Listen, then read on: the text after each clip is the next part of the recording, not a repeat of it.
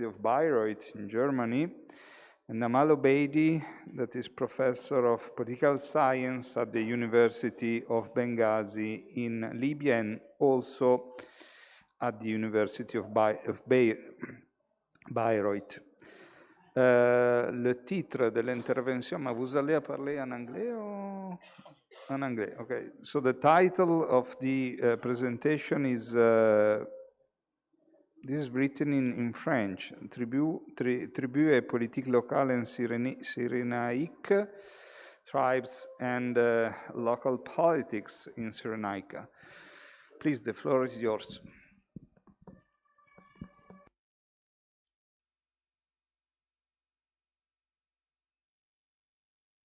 Can you hear me? Yeah. Good morning, everybody. Thank you very much to the IRMC to invite us here, to have us here. The title of the presentation is not about local tribes in Barga. It is about, the title is Cyrenaica Contested, Politics, Identity and Justice in Times of Turmoil. There was probably a misunderstanding, but in the new program, this is the title of our talk. It's going to be a joint talk of Professor Obeidi and me. Now we just need to get this working here, because I cannot flip back. I need to flick. Yeah, wonderful. Now it works. Okay. Okay. Let me say one thing before I start, particularly as a foreign researcher working on Libya. But I think it is also true for Amal Obeidi, albeit under different conditions. As a foreign researcher, I would like to assure you my deepest empathy for the problems and the hardship that the Libyan people have been going through in the past almost more than 10 years. I also want to express my deep respect for anyone who is working for the rehabilitation of the country, for the future of the country, as all Libyan academics in this room do. And you do have my deepest respect for this. This is us, a joint team. Amal Obeidi is known to most of you. I am a social anthropologist from the University of Bayreuth. I've been working on the borderland of Egypt and Libya for the past 10 years, and in particular on the tribal confederation of the Aulad Ali tribes, which reside in Egypt as well as in Libya. So some people may call them Libyans, other people may call them Egyptians, and it gives us, as was said yesterday when we talked about the Libyan connectivities into the Maghreb, we see that there are also connectivities in Libya in the east of the country that are meaningful for the Libyan society. And in terms of Barga or Cyrenaica, we should also not forget the connectivities in the south that we heard this morning about. Amal Obeidi has published the seminal book, Political Culture in Libya, that you all may know very well. My book on tribal politics in the borderland of Egypt and Libya just came out in 2019, and it represents my work on politics in the borderland of Egypt and Libya.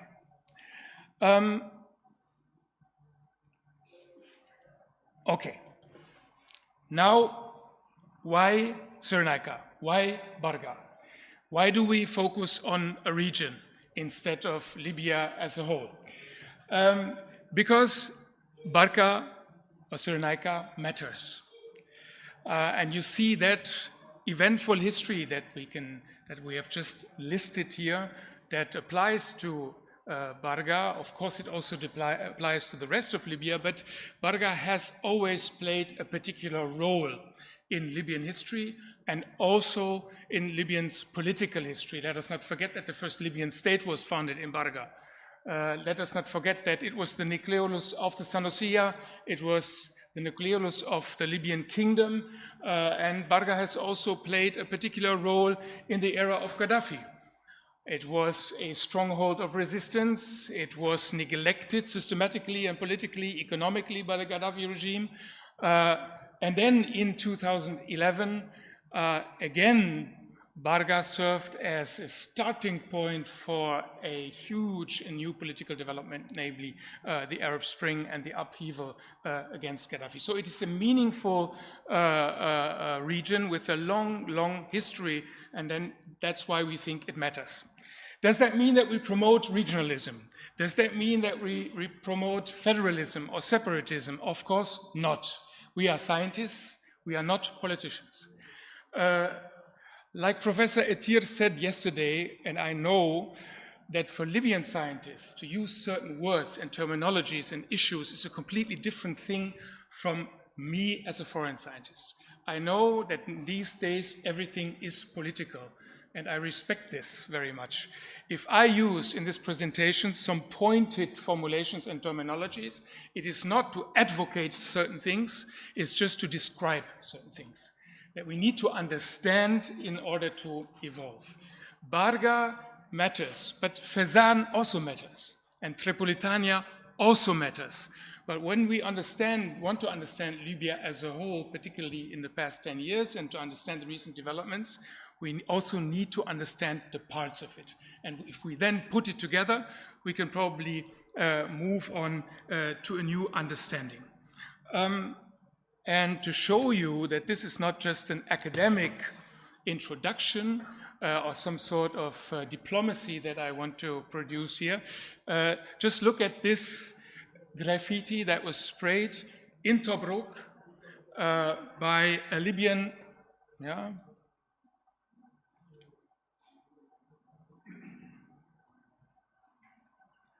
Fawzi El-Tazaki,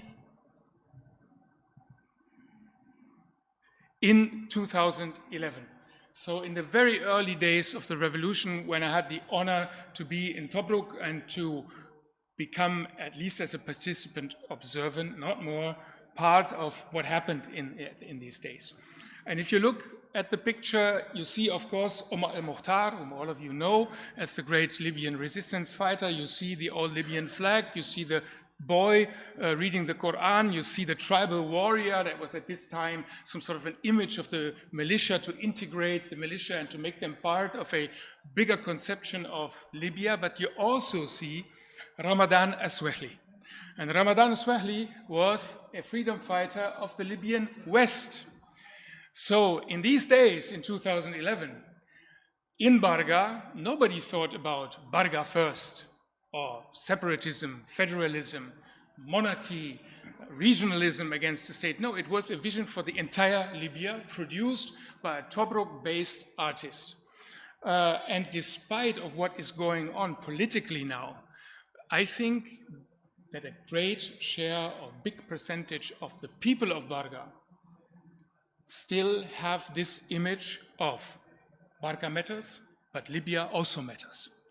And as we can see in this graffiti, this is enrooted also in the history of the revolution and the upheaval against Gaddafi. So our approach, you can read this for yourself, so I will save some time. It is important for me and for Amal that we work together as an international or not international, Amal is also international, foreign academic and a Libyan academic in a joint team of equals. We are financed by the German Research Association with the exact same budget, the exact same responsibilities and opportunities of action. There is no difference between us. So Amal is not my assistant, nor am I her assistant. And this is important also to overcome the asymmetry in academic knowledge production about Libya, the dominance of Western scholars who publish on Libya without not acknowledging the rich academic body of knowledge that is present in Libya. And through this kind of partnership, we try to contribute in overcoming this kind of asymmetry, and if you like, also just referring to that heated discussion that is going on post-coloniality. Also, to a certain extent, we would like to be part of a, if you like, decolonization of Libyan studies. And hopefully we will proceed with this. Therefore, I'm also particularly thankful for the IRMC in the attempt to support young Libyan scholars. You're not only the future of your country, you also should be the masters of the academic narratives that are produced about Libya. And don't leave this alone to the Westerners, or people like me. Okay, let's go on. This project has just started in July. But it's of course a continuation of our previous work in certain ways. We have established 4 research streams for central issues that you can see here and read for yourself. I will talk basically about politics in Cyrenaica, state, non-state, and political economy in the following, and also about some ethical and methodological challenges for research in dangerous fields. And Amal will more talk about the making of identity in Cyrenaica and politics, practices, and understandings of justice. We think that these issues are pressing and very meaningful and relevant.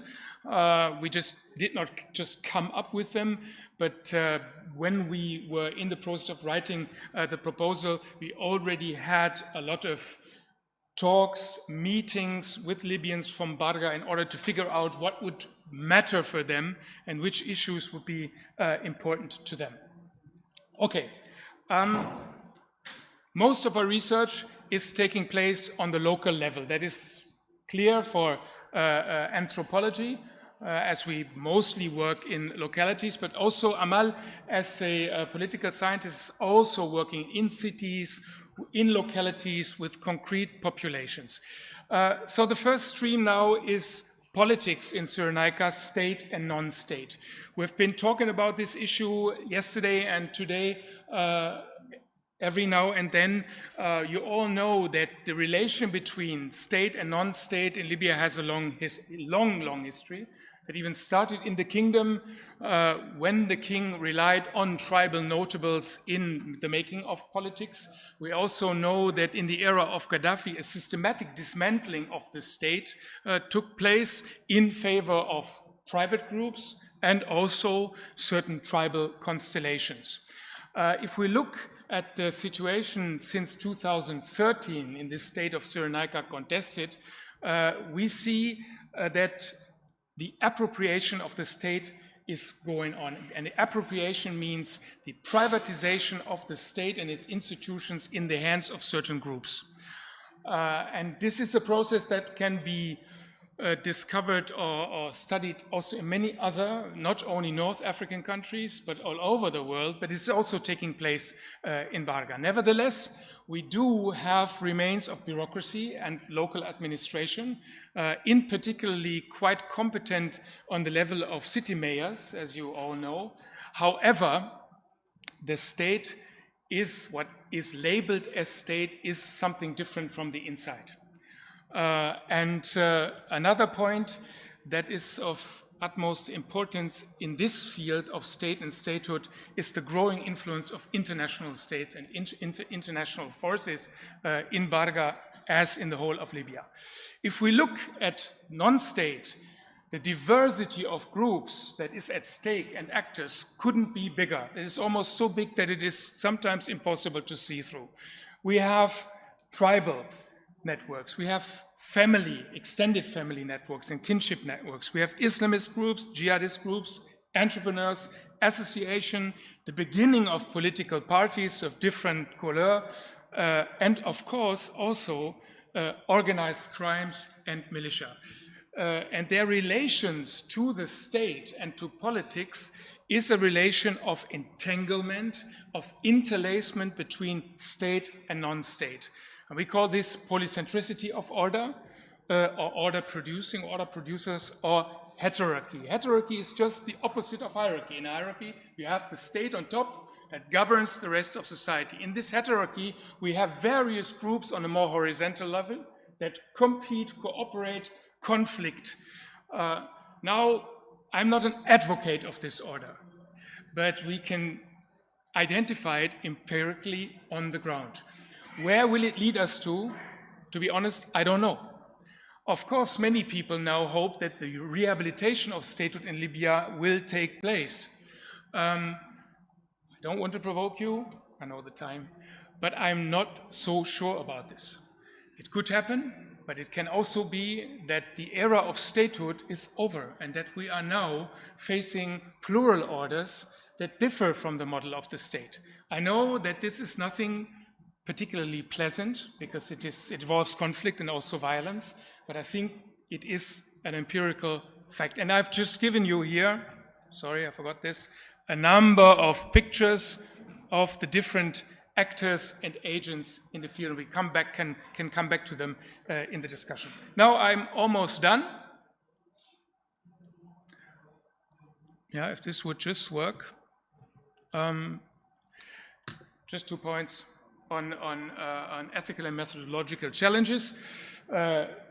Many people say that Libya has become a no country for social anthropologists and for social scientists, which is even more the case for Libyan scientists, for whom every statement, every research, every interview is, of course, political right now.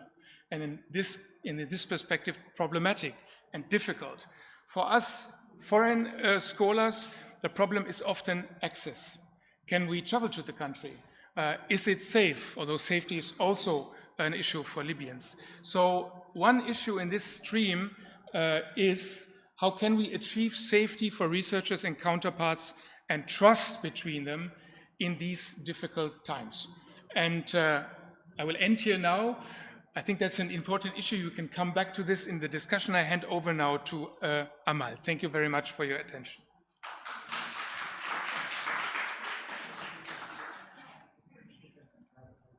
Amal, the floor is yours. You have 10 minutes. Thank you.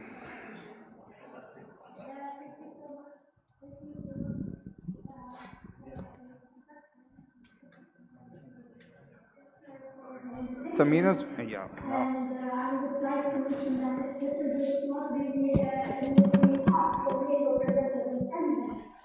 However, I would now would like to switch to Arabic, and I would like to share with you my presentation. So I would like to share the presentation. Let me do that very quickly, hopefully.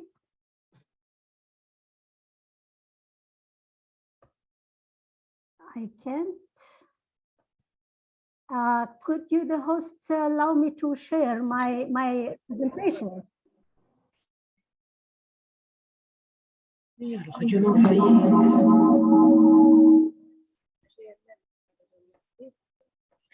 Mais elle aurait dû le dire. Oui, qu'elle avait une présentation. Parce que je pense que c'est elle aurait dû le que lui donner la main, c'est ça. Oui, parce qu'en fait, tu vois, il y a, à chaque fois, ils sont là. I'm sorry for that.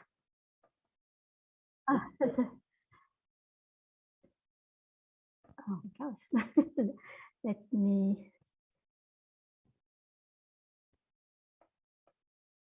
Okay, let's go for the quick access. I'm very terribly sorry for this. Okay. Here we are. We are there now, hopefully. Can you hear? Can you see the presentation?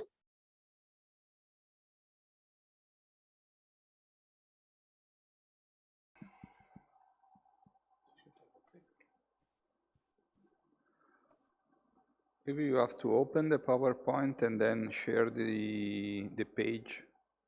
I did actually. Please, can you do that?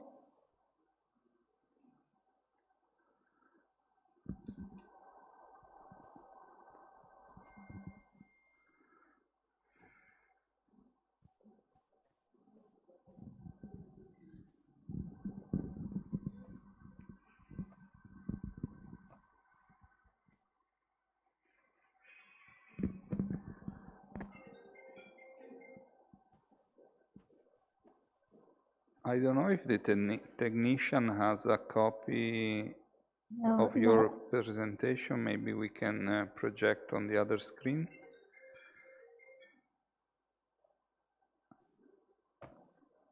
Can you see it now? Yes. Yes. Yes, thank you so much. Okay, and I would like now to just switch into Arabic. شكرا جزيلا على الدعوة، وأنا سعيد جدا أن أكون مع زميلاتي وزملائي في هذه الورشة حول ليبيا المعاصرة. كما تفضل زميلي توماس، نحن نتحدث عن برقة السياسة والهوية والعدالة في زمن الاضطرابات.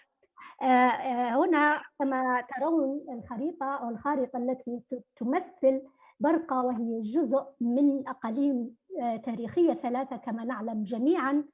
حقيقة بشكل شخصي لا أفضل أن أعمل، خاصة وأنا من خلفية العلوم السياسية، غالباً دراساتنا تتناول الجوانب المتعلقة بالجانب الكلي، خاصة ما يتعلق بالجوانب الكلية، التركيز على الجوانب الكلية، كل ما يتعلق بقضايا الدولة. ولكن أجدني هنا أتناول أو أعود إلى التركيز على إقليم واحد في الوقت الذي كنت قد بالفعل في السابق قد انتقدت كثير من الزملاء على ذلك.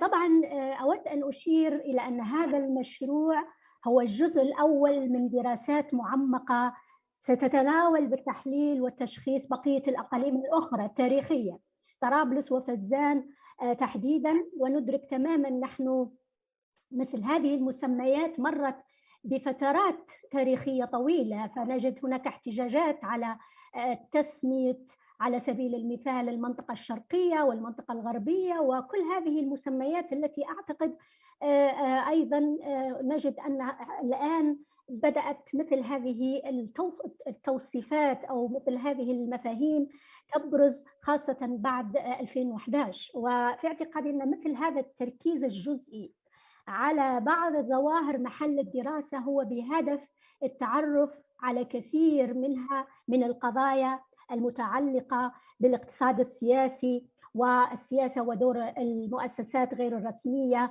الدولة ولا دولة، الهوية، العدالة، وأيضا قضايا النوع الاجتماعي. لماذا برقة؟ برقة طبعا كما نعلم جميعا هي تعتبرها كثير من الدراسات هي الإقليم القاعدة لتأسيس ليبيا المعاصرة خلال الفترة 1949-1951. لا يعني ذلك انتقاصا من بقية الأقاليم الأخرى التي كان لها دور حقيقي في حركة الجهاد ضد الاستعمار الإيطالي، كان لها دور في تعزيز الهوية الليبية، كان لها كثير من الأدوار، ولكن لغرض الدراسة كما ذكرت سنركز فقط على هذا الإقليم حتى يمكن تشخيص كثير من هذه الإشكاليات التي تعاني منها ليبيا ككل.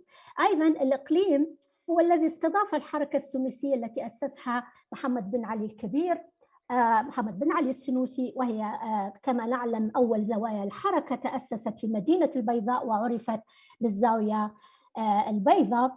أيضا هذا الإقليم أيضا شهد تأسيس أول مؤسسات الدولة الليبية المعاصرة بعد الاستقلال، سواء كانت المؤسسات الرسمية أيضا المتعلقة بقطاعات مختلفة، منها مثلا على سبيل المثال تأسيس أول جامعة ليبية في عاصمة إقليم برقة آنذاك وهي الجامعة الليبية في عام 1955. وأعتقد أن كثير من الحاضرون في القاعة هم خريجو هذه المؤسسة حين كانت تعرف بالجامعة الليبية. أيضا تأسيس أول جيش ليبي، وهنا أود أن أشير أن الغريب في الأمر أن الجيش تأسس قبل أن تتكون نواة الدولة في 1951، حيث تأسس في البداية ما عرف بالجيش السنوسي في عام 1940، ثم لاحقا الجيش الليبي في عام 1952. أيضا طبعا برقة تأسيس أيضا أسست نواة لحركة نسائية في ليبيا على يد حميدة العنيزي. وفي هذا السياق أعتقد أن لا يمكنني أيضا أن أنكر جميلة فليفلة، السيدة فليفلة، السيدة زعيمة الباروني، وكل نساء الوطن الرائدات اللاتي مهدنا لوجود تفاعل نسوي حقيقي وحركة يعني حركة نسائية. ربما نحن جديرين بأن نتناول هذه الشخصيات وأيضا نتناول كيف تشكل هذا الجانب.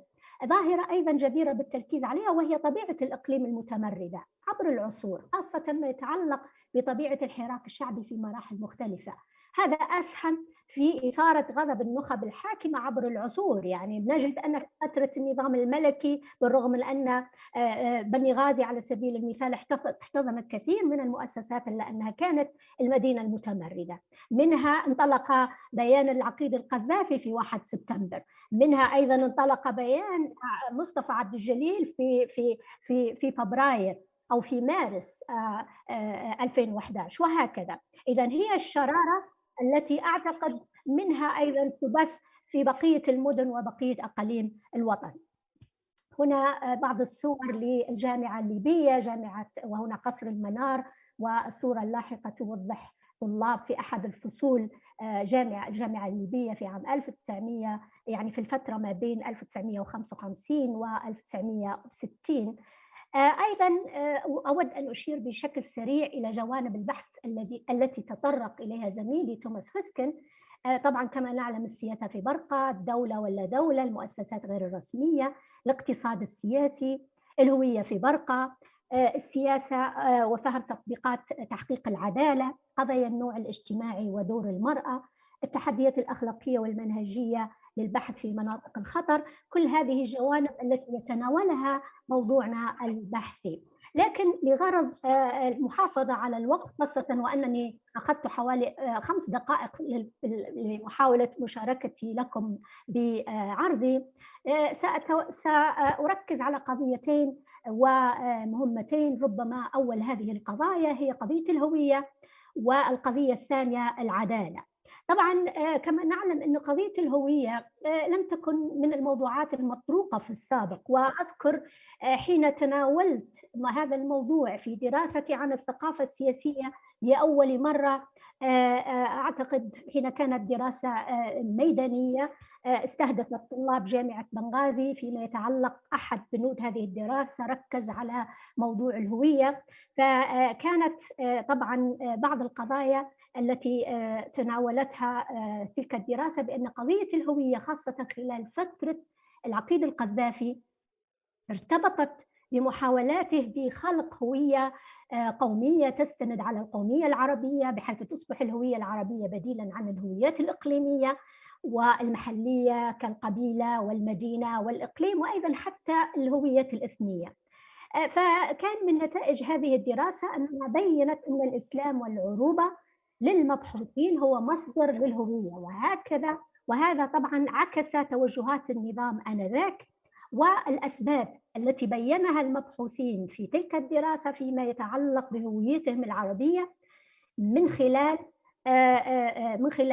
ما يلي: الدين، اللغة، وكون ذلك الفرد أو المبحوث هو مواطن في دولة عربية.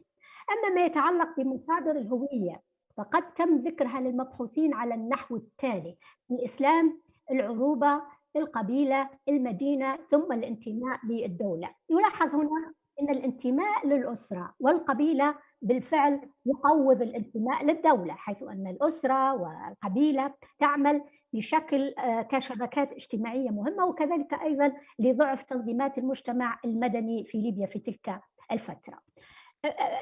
إذن بعد عام 2011 تم طرح هذه القضية ليكون التركيز على الهوية الوطنية، الهوية الليبية والجوانب المتعلقة بها. تعددت مقاربات واتجاهات تناول هذه القضية من خلال التركيز على دور الدين في تشكيل الهوية الليبية. أحياناً يتم التركيز على البحث في الهوية والمشتركات فيها، على دور التاريخ في تعزيز الهوية الوطنية، تركيز على تعدد الهويات في ليبيا وتشابكها مع غيرها خارج الإقليم أو خارج ليبيا. إضافة إلى ذلك دور الاقتصاد في تحديد الهوية، الجوانب المتعلقة بالمكان كالجغرافيا أو الكينونة الجغرافية المتميزة عن غيرها من الأماكن، وهذا أدى إلى رسوخ مسألة المكان والأرض. في هذا السياق يمكن ذكر بعض التحديات التي تؤثر على الهوية الوطنية. وهنا ينبغي أن أشير بأنني لا أعرض نتائج دراسة، بأننا نحن الآن فقط بدأنا في هذا المشروع البحثي، لكن بعض التحديات يمكن ذكرها، منها التحدي الأمني الذي يؤدي إلى انغلاق وتقوقع نحو الهويات البديلة للهوية الوطنية كالأعراق، الإغراق في المحلية، الهوية العائلية، القبلية، المناطقية والجهوية. التحدي الاقتصادي، سوء الأوضاع الاقتصادية يؤدي أيضا إلى حالة نكوص نحو الهويات الضيقة. التحدي السياسي، حالة الانقسام السياسي بمستوياته قد تعزز وتغذي الهويات العرقية والقبلية والجهوية. المسألة الأخرى التحدي الاجتماعي، التحدي الثقافي، جملة من التحديات التي أطرحها ربما يمكن أن نتناولها تفصيلا في نقاشنا. ما يتعلق بمسألة السياسة وفهمنا لتطبيقات تحقيق العدالة في هذا الإقليم، وهنا أود أن أشير إلى أن إقليم برقة أو المنطقة الشرقية وأي كانت المسميات التي سنستخدمها هي مجرد دراسة حالة. إذا آليات الوصول للعدالة، نحن ندرك تماما بأن دساتير ليبيا المتعاقبة أقرت مسألة استقلالية نظام القضاء، أيضا حق المواطن في التقاضي، وكل هذه الأشياء التي ربما لا أريد أن أركز عليها الآن. لكن في نفس الوقت عانى النظام القضائي من التدخلات المستمرة للسلطة التنفيذية في حقبة القذافي، وبعض المشاكل الأخرى منها الافتقار إلى بناء القدرات مما أدى إلى غياب عناصر مدربة وبعض الأمور الأخرى. عانى النظام القضائي أيضا من بناء نظام المحاكم الاستثنائية موازية، منها محكمة الشعب التي استهدفت في عام 1971 محاكمات مجموعة ونخب النظام الملكي. بعض الإصلاحات التي عرفها النظام فيما بعد خلال فترة انفتاحه على العالم بعد فك الحصار عن ليبيا في عام 2000، وهي هنا أتحدث عن إصلاحات ما بين الفترة 2003-2011، حيث تبنى نظام القذافي بعض القوانين الداعمة لمشاركة النساء، وهذا أيضا قبل في مرحلة الثمانينيات دخول المرأة في المنظومة القضائية من خلال المادة الأولى لقانون رقم 8 لسنة 89 التي سمحت للنساء بتولي الوظائف المختلفة في النظام القضائي. بعد عام 2011 بعض الوثائق الدستورية التي أكدت على استقلالية القضاء، المادة 32 على سبيل المثال من الإعلان الدستوري. أيضا أود أن أشير أيضا هنا إلى دور العرف، خاصة وأن ندرك تماما أن ليبيا هي مجتمع قبلي على الأقل في بعض مناطقه، حتى في المناطق التي يغيب عنها الحضور القبلي، إلا أن العرف لا زال يلعب دور كبير في كثير من هذه الإشكاليات. أود أن أشير إلى أن الكثير من الجوانب التي ينبغي أن نتحدث عنها هنا حقيقة فيه جملة تحديات، هذه خلاصة ما أود قوله، منها التحدي الأمني، وهنا نتيجة الحرب والنزاعات المسلحة، يعني هنا آليات الوصول للعدالة قد تواجه كثير من المشاكل. تحدي ثقافي واجتماعي، هنا تتعلق بمسألة تمكين النساء من اللجوء للقضاء، خاصة فيما يتعلق بقضايا الميراث، قضايا العنف ضد المرأة، وكثير من هذه المسائل، وربما حتى بعض الفئات المهمشة. أود أن أختم، لا أريد أن أعقب على المنهجية والتحديات التي تواجهنا في مسألة البحث العلمي، ولكن أعتقد أن ما ذكره زميلي توماس حول أننا نحن باحثون فقط وليس لنا أي دور. ربما الباحث الأجنبي يتناول القضايا الحالات الليبية وقضايا أخرى حسب طبيعة اهتماماته، ولكننا نحن الباحثون المحليون لا ينبغي أن نختفي وراء الموضوعية عند الحديث عن القضايا التي تتعلق بقضايانا المحلية ومشاكلنا وأزماتنا، وأيضا تتعلق بقضايا تاريخية ملحة. حين أشرت بيوم الأمس على قضية الكونسنتريشن كامبس، على موضوع هذه الموضوعات التي اللي هي المعتقلات وغيرها، ينبغي علينا أن نتناولها بكثير من الجدية، وبالتالي هنا يأتي دور الحديث عن المثقف أو الأكاديمي ورؤاه تجاه قضايا بلاده، خاصة في منطقتنا. أنا أتحدث هنا عن الأكاديميات والمؤسسات التعليم العالي ومراكز البحوث المحلية. ربما نحن لا نعمل أو نمارس العمل السياسي بشكل مباشر، لكننا بخبرتنا الأكاديمية نحاول قدر الإمكان أن نسهم في حل كثير من القضايا التي تعاني منها مجتمعاتنا، وهذا طبعا ينبغي التأكيد على هذه المسألة. أشكركم جميعا على حسن الاستماع، والآن في انتظار أي مداخلات أو أسئلة. شكرا لكم جميعا. شكرا لكم.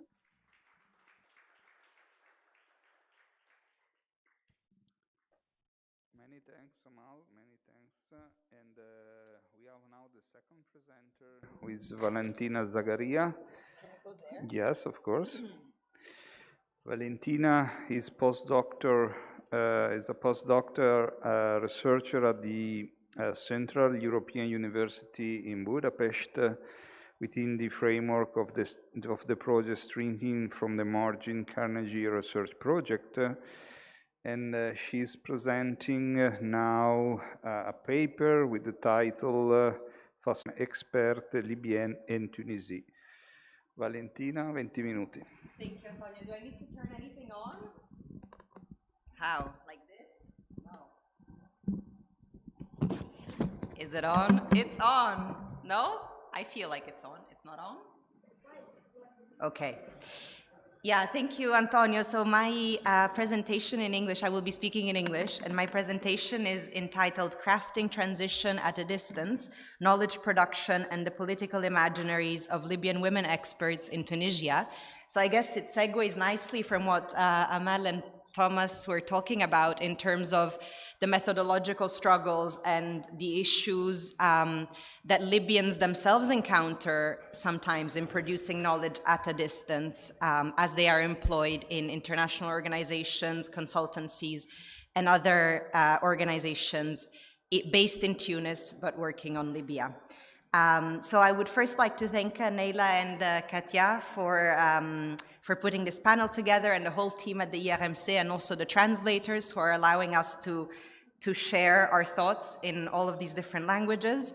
And I really cherish the opportunity to think about what I've learned in the past months of research with so many Libya specialists, which is indeed a rare and really precious opportunity.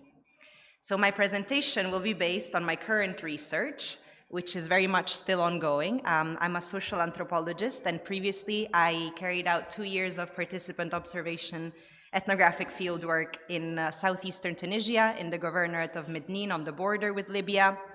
But I wasn't working with Libyans in Tunisia per se, but it's there that I started realizing that it would be really interesting to try and understand how Libyans are crafting temporary or more long-term lives in Tunisia or between Tunisia and Libya, because somehow in southeastern Tunisia, a lot of young Tunisians were thinking of doing the crossing of the Mediterranean to reach Europe, alongside nationals from all sorts of other African and South Asian countries who were wanting to do the same crossing and were sometimes rescued at sea and brought to the governorate of Medellin, or were fleeing Libya via land on the desert border.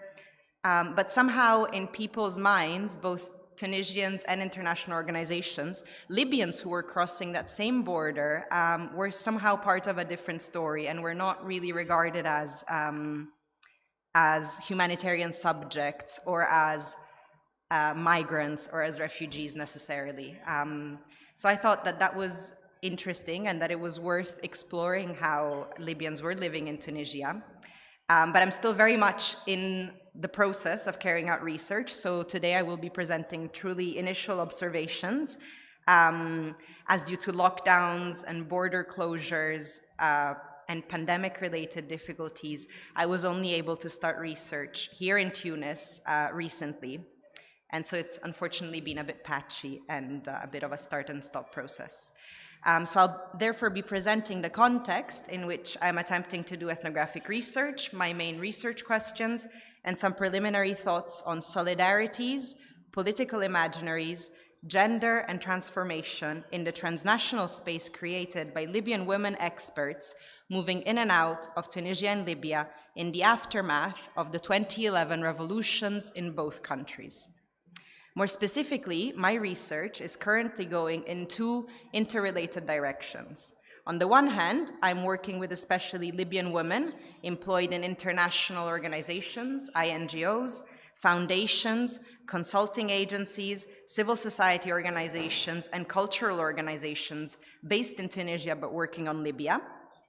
So a real job market developed in Tunisia for these kinds of Libyan experts, especially after 2014, a sort of governance at a distance of a Libya that has been crafted, as has just been said by our colleagues, as a no-go zone of sorts, especially for international so-called experts, and whereby Libyan nationals are paid either on the ground in Libya or to go between Tunisia and Libya to implement different internationally funded projects, with women often being employed to focus specifically on gender-related questions. So my other research stream instead focuses on grassroots solidarities among Libyan women in Tunisia and between Tunisians and Libyans since 2011, especially when it comes to providing funds for subsistence and emergency shelter, but also more overtly feminist organizing and the sharing of strategies with regards to issues related to gender discrimination and women's rights. So for this aspect of my research, I'm working with women activists who were the targets of particular threats in Libya and who had to flee into Tunisia at different times. And some of them stayed, others have already moved abroad, and a few have returned to Libya now. And I'm trying to also do interviews at a distance with the different trajectories of these activists. Among those who stayed in Tunisia, many enrolled in university and continued pursuing professionalization of their political and activist career trajectories as well, such as law degrees, PhDs, management and business courses. So I guess in both of my research sort of streams, I'm interested in looking at how Tunisia post-2011 has also become a sort of space for women from Libya, but also from the region at large, perhaps, to advance in developing careers and in becoming more specialized experts and in-betweeners, and in contributing to conflict transformation and transitions in their own countries at a distance, and also in questioning perhaps more mainstream models of how transition is supposedly to be carried out. And for both these lines of inquiry, I'm working here in Tunis, mostly in neighborhoods such as La Marsa and Lac, but also in Nasser and El Awina, where many Libyans have settled, especially over the past 10 years. So before telling you a bit more about this ongoing research, I just wanted to pause a second to think about the concepts of solidarity and diaspora, and the political salience that is often given to diasporas in academic literature in times of political change and transition in home countries, as viewed from the vantage point of Libyans in Tunis.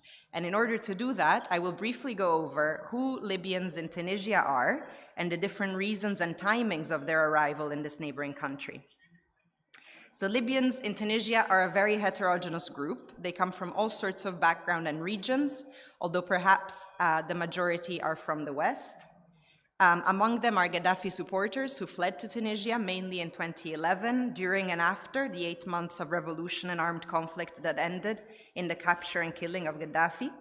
But there are also revolutionaries, people who define themselves as revolutionaries, and people who were escaping both NATO airstrikes and loyalist and mercenary attacks, as well as people in between who today, depending on the context, reminisce on the revolution and its pitfalls and gains.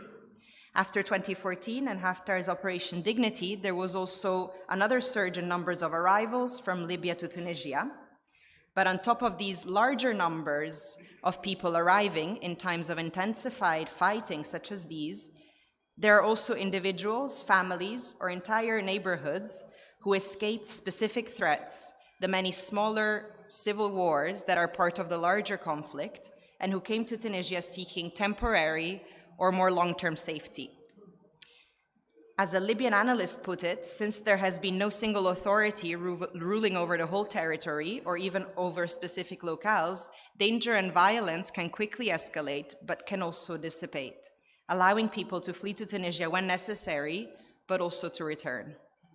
So by mapping and tracing the different reasons and timings of arrivals and returns of Libyans to and from Tunisia, one could put together a sort of recent history of Libya since 2011 that takes into account both smaller and larger events, as well as protracted hardships faced by the population in both countries. However, of course, as I'm sure you all know, there are also Libyans who had moved to and worked in Tunisia well before 2011 and who had been doing business since before the revolution and have continued working in both countries. Many also come to Tunisia for tourism, some owning houses in places such as Jerba and Hammamet, for example, and for medical tourism, both practices having been common among Libyans also before 2011. Many of the wounded of and since 2011 have been treated in Tunisia, mostly in private clinics, catering particularly to Libyans in cities like Tunis, Sfax, and Sousse, which treat also all other kinds of Libyan patients, as the work of Betty Rouland, who is a researcher associated also with the IRMC, has been showing for many years. And there are also Tunisian Libyan families, where it's most commonly mothers who are Tunisians and fathers who are Libyan, thereby more often conferring only the Libyan nationality to children. And kinship ties are particularly strong in the border region in southeastern Tunisia. And it's these different and more long-term historical networks that were activated in 2011 and beyond to support and integrate Libyans fleeing into Tunisia. Simultaneously, most embassies and international organizations working on Libya have also relocated to Tunis, employing Libyan experts who are involved in working as consultants and as INGO employees from Tunisia, as I previously mentioned. And Libyan women who are especially employed to work on gender questions travel to Libya and give trainings there on subjects like local municipality capacity building, women's inclusion in the peace building process, and the creation and strengthening of civil society organizations and activities.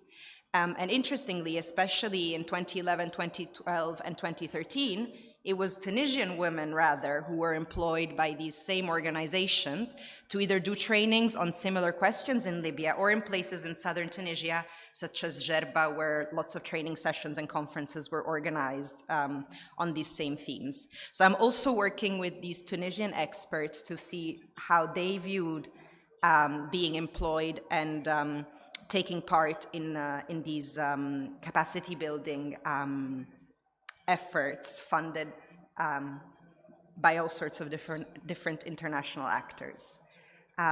So finally, though, there are also single mothers, divorced or unmarried women, LGBTQI persons, as well as artists, writers, and journalists, some of whom express having come to Tunisia because they could not lead a normal life in Libya.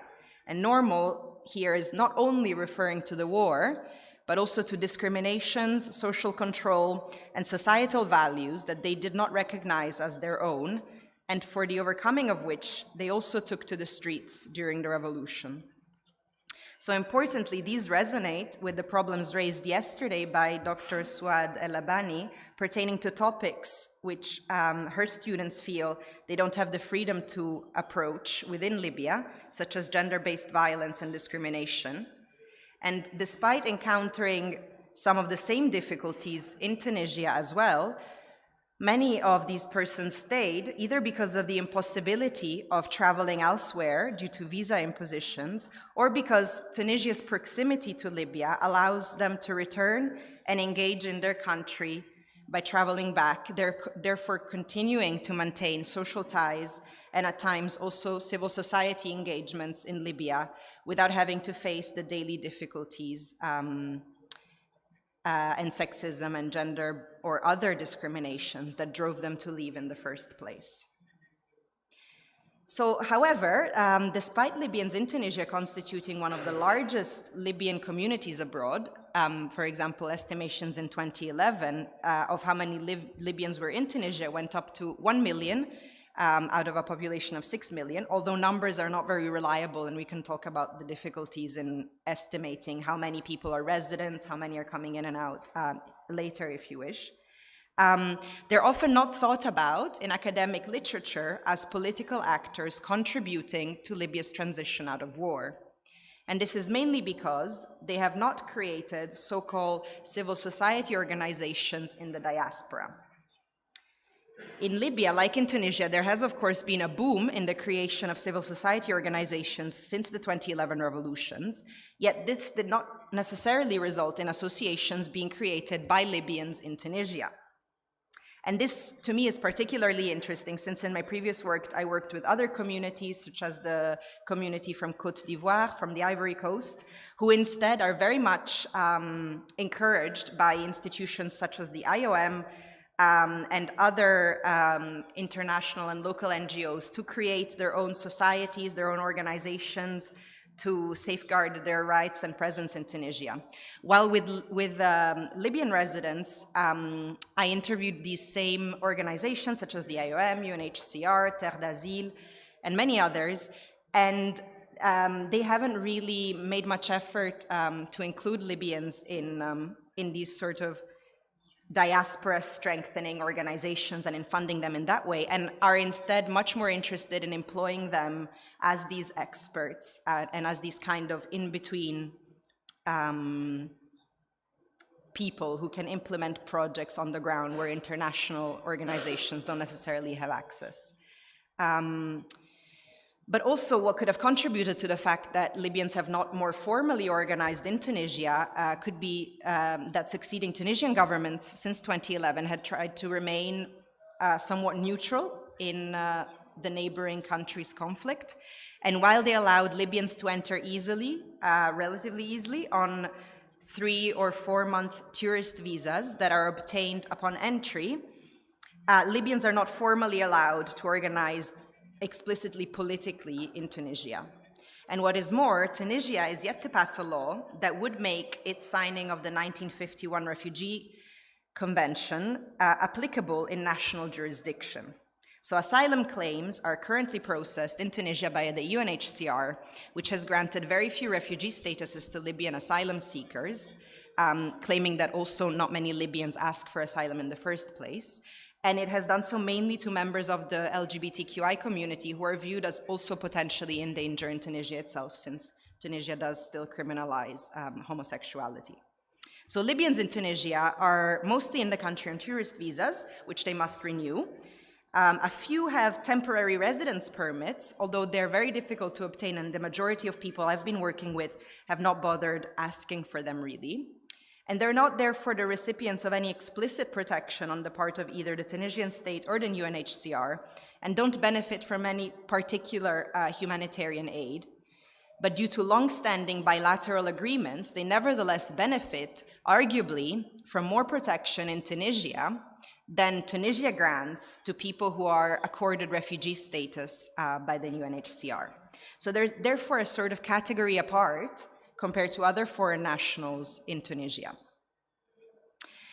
So if there are Libyan families in need in Tunisia, it's the Tunisian Red Crescent who might step in as they would through limited means with any other foreign or vulnerable persons, and a few other organizations, as I've cited, such as Terre d'Asile, can provide punctual aid. But by and large, Libyans in Tunisia make do by themselves amidst a sort of gray zone of residency, largely ignored by global humanitarian management nexuses, and rarely fined, but they're nevertheless rarely fined for overstaying their visas. And Tunisian authorities tend to turn a blind eye when it comes to this particular group of foreign nationals, with Libyans mainly reporting the fact that many times in their encounters with Tunisian authorities, they're asked for much bigger sort of payments, reshwa, bakshish style arrangements than Tunisians would. But by and large, they're sort of blending into Tunisian society in a way and are not categorized as either economic migrants, refugees, asylum seekers. They're a category apart of sorts. Also, simultaneously, Libyans don't tend to engage in public Tunisian education, universities, and hospitals, often opting instead for private schools because of language barrier with French, and for private clinics for healthcare. And in this sense, they resemble more European retirees, for instance, who are often also treated in the private sector, Tunisia specializing in both, the Tunisian healthcare private sector specializing in both treating Libyans, but also elderly European patients, or European expats who send their children to private international schools. And also because of this, the Libyans I've gotten to know in Tunis often feel that they're not really treated with much empathy at times by Tunisians, and that they're viewed more stereotypically, perhaps, as privileged foreigners and not as subjects of humanitarianism or as persons facing similar struggles to Tunisians, or as persons who might be engaging in similar political and activist struggles too. Yes, oh wow, thank you. So I'll be very brief, because basically what I wanted to say by giving you an overview of all of the different people who have been coming in and out of Libya and Tunisia over the past 10 years is that, on the one hand, several political science researchers and commentators have pointed out that perhaps because of this lack of recognition, Libyans in Tunisia are not as vocally organized as they might be in other countries where they have created transnational associations, such as in Europe or North America, despite the Libyan population there being much smaller. So for example, as Huda Mizioudet shows, some communities in the USA, like in Washington, have had more leverage to support, for instance, the GNA in exchanges with the UN.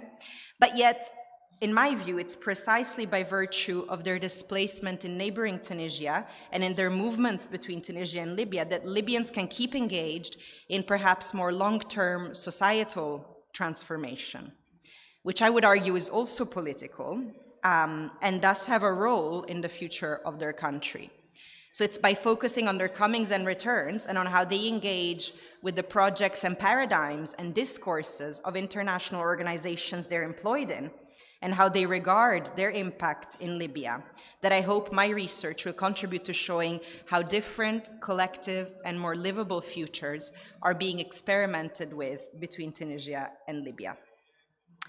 And I had some other things to say, but hopefully I'll get a chance to delve into them in more depth in the question and answer. Thank you very much.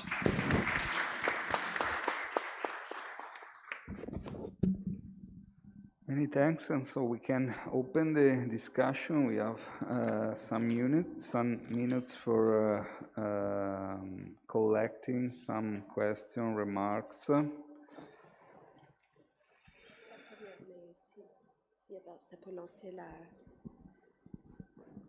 Bonjour tout le monde, je poserai une question d'abord en fait aux deux panels.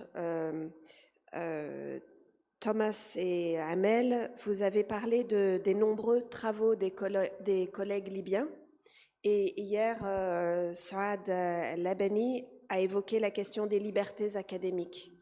Et en écoutant Amel Obaidi, je me demandais, par exemple, est-ce qu'en Libye, de la part d'universitaires libyens, on dispose d'études sur le droit, par exemple, c'est vraiment un exemple comme ça, sur les avocats et les juges en tant que profession, ou ce type, parce qu'on pense toujours aux questions sensibles à propos des femmes ou de la sexualité ou des mœurs, mais il y a d'autres choses sensibles, et donc des sociologies de profession, par exemple. C'est vraiment une question d'ignorante que je pose. Donc ça, c'est ma première question à vous deux. Et à Valentina, je trouve que c'est très... I'll switch to English, sorry. The last idea that you evoked about people far away being more organized and people closer being less organized, but having an impact on society through their comings and goings is very interesting and very strong idea. And I think there is some sociology written and anthropology written on that, on being here and abroad. And it's not so much a question, but really a line of thought that I encourage you in. Thank you. So thank you. We take only other 3 questions. Seulement 3 questions. Thanks. Again, Theodora from the International Center for Migration Policy Development, ICMPD. I have a remark and a question for Valentina, actually. At ICMPD, we had a bit the same, well, one of the same observations as you had, namely that in the past, not much had been written, or not many people had looked into the issue of Libyans living abroad. That led us actually to publish a study on Libyans living abroad that was written also by Mr. Ramadan Snoussi Belhaj and Martin Russell, that you might also know. And so first of all, that's an indication for you, because we did also some part of, let's say, the history of movement of Libyans living abroad, etc. But it also leads me, we also looked basically not only at Tunisia, but also at other countries. So my remark there would be that what we have more generally found is that also in other countries, there are little, very, very structured organizations of Libyans living abroad, maybe more than in Tunisia, if you've looked deeper into that. And we were actually working also now with the Ministry of Foreign Affairs on this, and to see how support can be given also along these lines. But what I wondered for your hypothesis is, will you take comparative cases? And if yes, which ones? Thanks.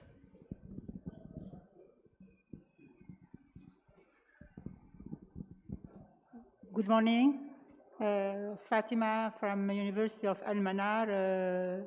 I'm professor in English studies and specialized translation with a focus on the MENA women region. I would like to thank both panelists, the 3 panelists, for their talking about this very interesting part of how we could carry out research, academic research, with a little bit of independence from the academic. For the first panel, Western academic. My question to Professor Haskin about, don't you see that this liminal space between the Western academic research and the MENA Libyan social scientists research draws on basically on changing the triangle that you have been mentioning from top to bottom into bottom to up, and find out about researchers in the social sciences that are interested in writing or mapping or shaping this narrative, their own narrative, by themselves, keeping, of course, this link or relationship with the Western research institutions or spaces. My second question is to Valentina. Thanks very much for the data that you have provided. And I would like to know just a question about, are these women, Libyan women experts, organized in a network? Or are they just privately residing here and carrying on their own efforts? Are they structured according to categories? For example, madam before me has talked about judges and women education specialists, women doctors, because this actually facilitates and strengthens at the same time their residence in Tunis and their diaspora strengthening efforts and capacity building. Thanks very much. So the last one.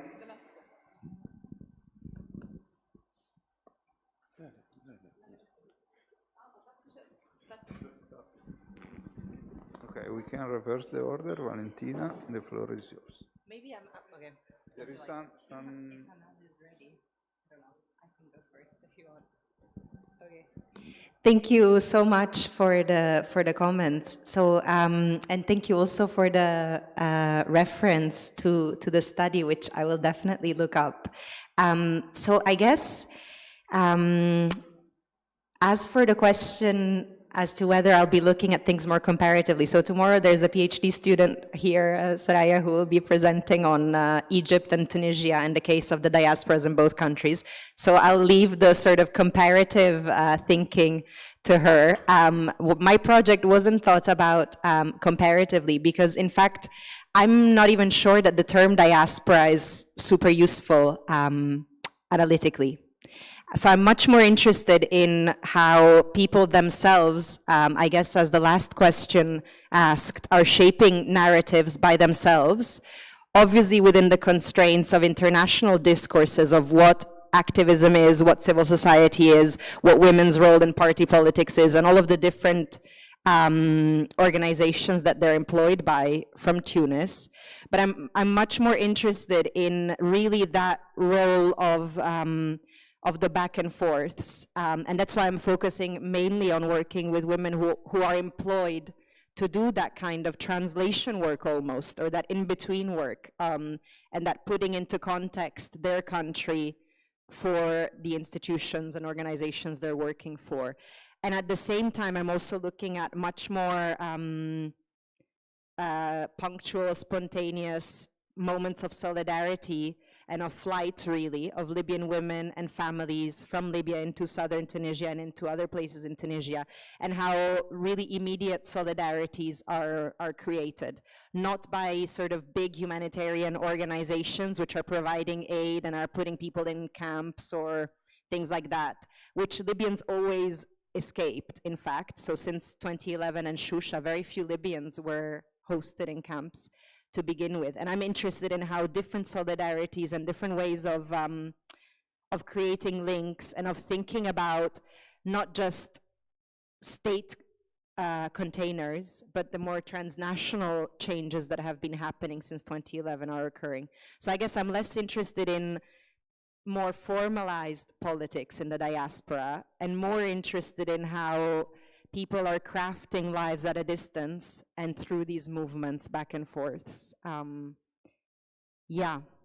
Yes, and so they're not organized really, and organizing as Libyans and being recognized by other Libyans as Libyans is also sometimes problematic for Libyan women, especially unmarried Libyan women in Tunisia. So a lot of the time they very much stay in Marsa or in Lac or in spaces that they feel comfortable and safe in, and are quite reticent to go to places where other Libyans from other backgrounds and other places might also be hanging out. There's a lot of kind of mistrust, and organizing in that way doesn't really come so spontaneously, I guess, or not yet. Yeah, but there's definitely meetings and a lot of solidarities in friendship groups and behind the scenes, but nothing very overt, even among experts. So I remember even having a conversation with a friend who was saying, we had the idea at some point, because in Tunisia everything is happening in French and Arabic, and we don't really have access to academic discussions or to events. So we were thinking maybe we should start running events since we have such a broad base of expertise among the Libyan expert community.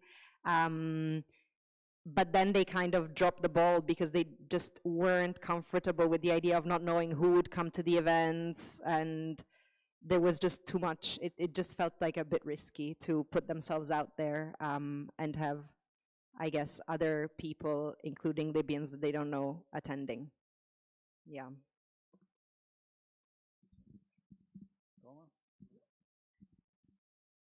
Yeah, I think I will answer to the second question, and maybe then Amal can go for the first, because she's more in, has definitely more knowledge about this concerning the first question. I mean, the second question, of course it is absolutely important that Libyans regain the sovereignty and the authority about the narratives that are produced about their country. In academia, but not only in academia, also in other fields. And in our project, we at least we are aiming at supporting a process like this by cooperating, particularly with young scholars from Tobruk, from the University of Benghazi, and from other places in Barga. However, it's still a long way. I mean, don't forget, we're sitting here on this wonderful conference financed by the French state, not by the Libyan state, not by anyone, any government from North Africa. It means to overcome the still existing asymmetries. Don't forget our research project, for instance, is not financed by a country from the global south, it's financed by the country of the global north.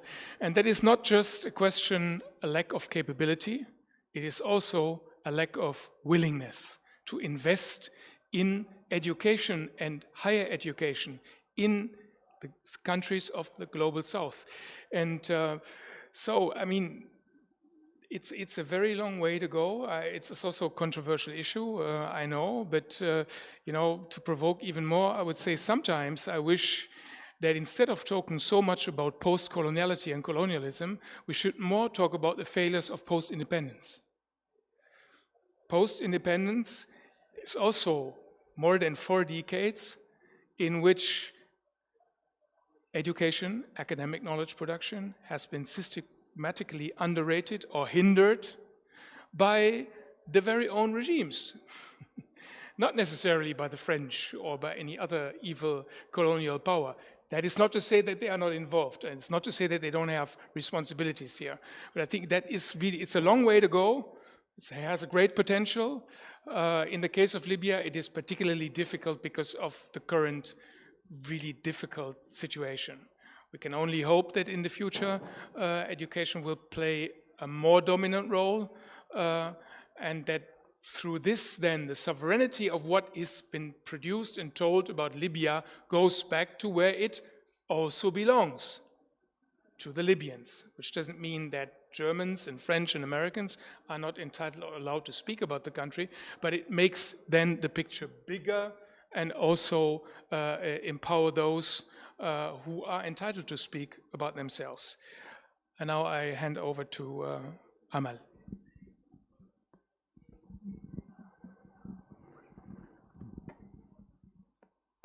If she's still there. شكرا للجميع على الأسئلة. السيدة كاتيا، أشكرك كثيرا على سؤالك الذي أعتقد يطرح مسألة مهمة جدا، وهي قضايا أعتقد تم تناولها يوم أمس، وهذا أيضا يقودني إلى قضية العلاقة بين المحلي والدولي بفضاءاتها المختلفة.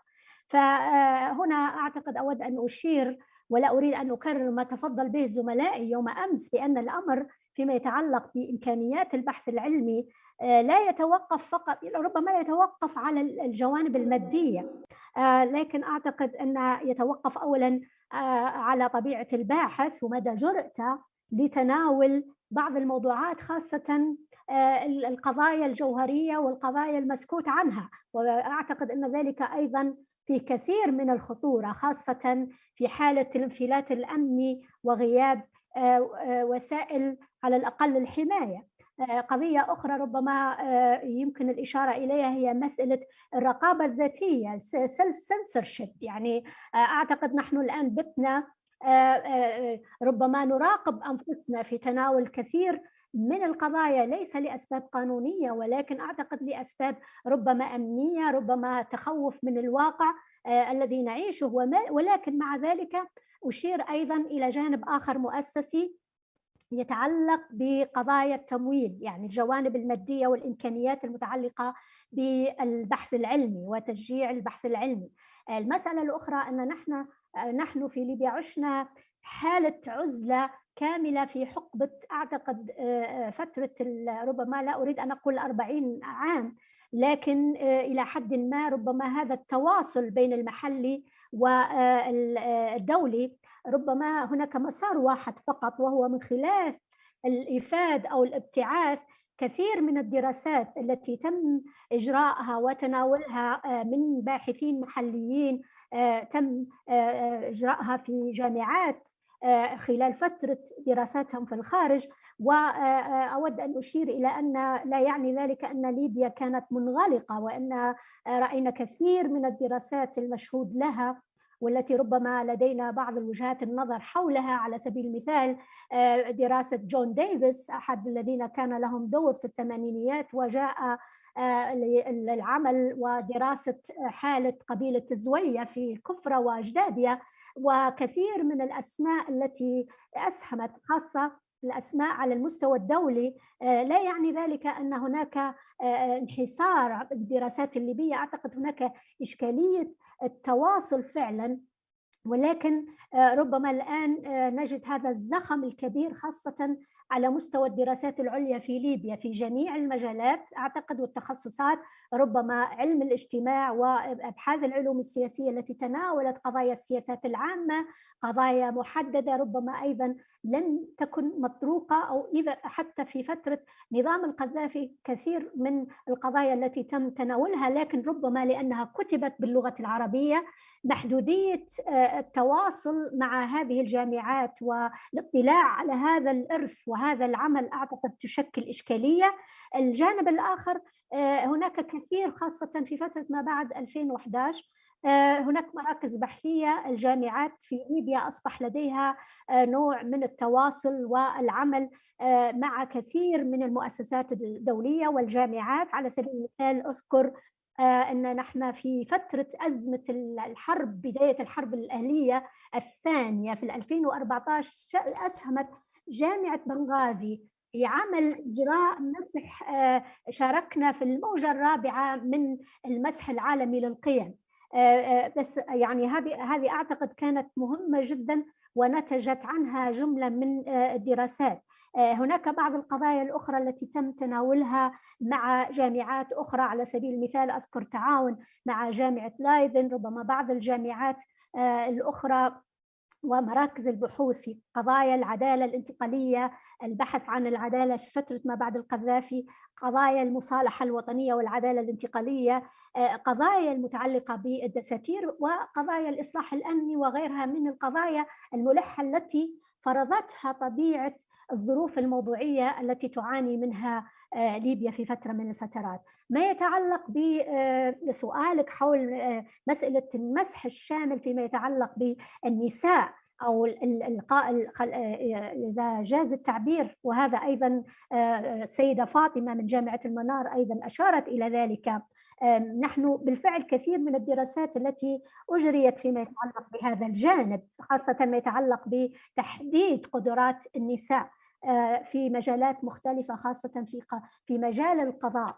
ونجد حين نتحدث عن وجود النساء في مجالات كانت حكر في يوم من الأيام على الذكور، أعتقد أن من المهم جدا أن نشير إلى أن هناك تواجد فعلي، هناك أرقام حقيقية على الأرض، لكن ذلك لا يعني بأن هذا التواجد فيما يتعلق بمفهوم الجندر في المنظومة القضائية انعكس بشكل إيجابي على طبيعة تطور التشريعات الداعمة للنساء في ليبيا.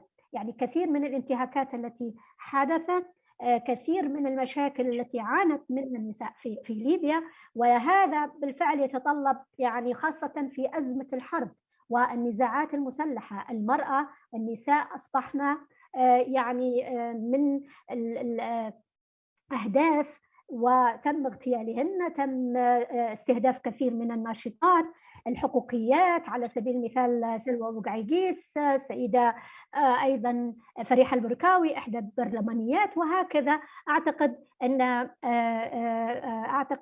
سأتحدث عن هذا ربما يوم غد فيما يتعلق بموضوع الجندر بشكل عام. شكرا لكم.